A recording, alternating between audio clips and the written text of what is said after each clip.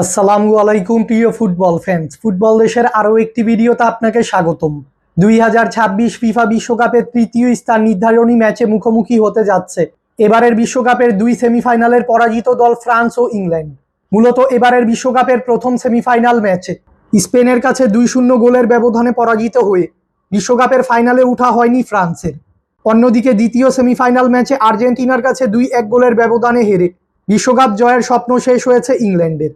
তবে বিশ্বকাপ জয়ের স্বপ্ন শেষ হলেও ফ্রান্স ও ইংল্যান্ডের কাছে এখনও সুযোগ রয়েছে ব্রোঞ্জ মেডেল জয়ের, যার জন্য তাদের জয় পেতে হবে এই তৃতীয় স্থান নির্ধারণী ম্যাচটিতে।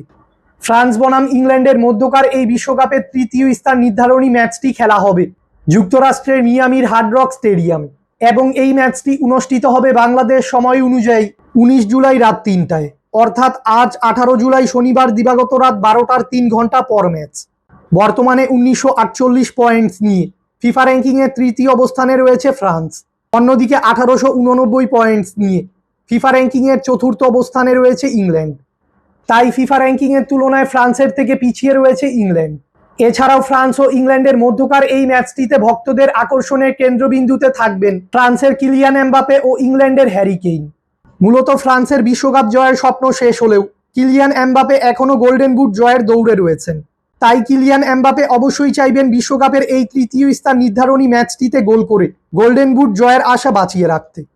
ফ্রান্স ও ইংল্যান্ড সর্বশেষ একে অপরের মুখোমুখি হয়েছিল 2022 কাতার বিশ্বকাপের কোয়ার্টার ফাইনাল ম্যাচে, যেখানে ফ্রান্সের কাছে 2-1 গোলের ব্যবধানে হেরে বিদায় নিয়েছিল ইংল্যান্ড।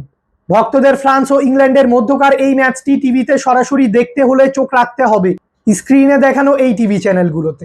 এছাড়াও ফ্রান্স ও স্পেন দুদলই চাইবে এই ম্যাচটিতে জয় নিয়ে এবারের বিশ্বকাপের আসরটি শেষ করতে। ফুটবলের সকল নিউজ এবং আপডেটস পেতে আমাদের চ্যানেলটি সাবস্ক্রাইব করবেন এবং আমাদের সাথেই থাকবেন। ধন্যবাদ।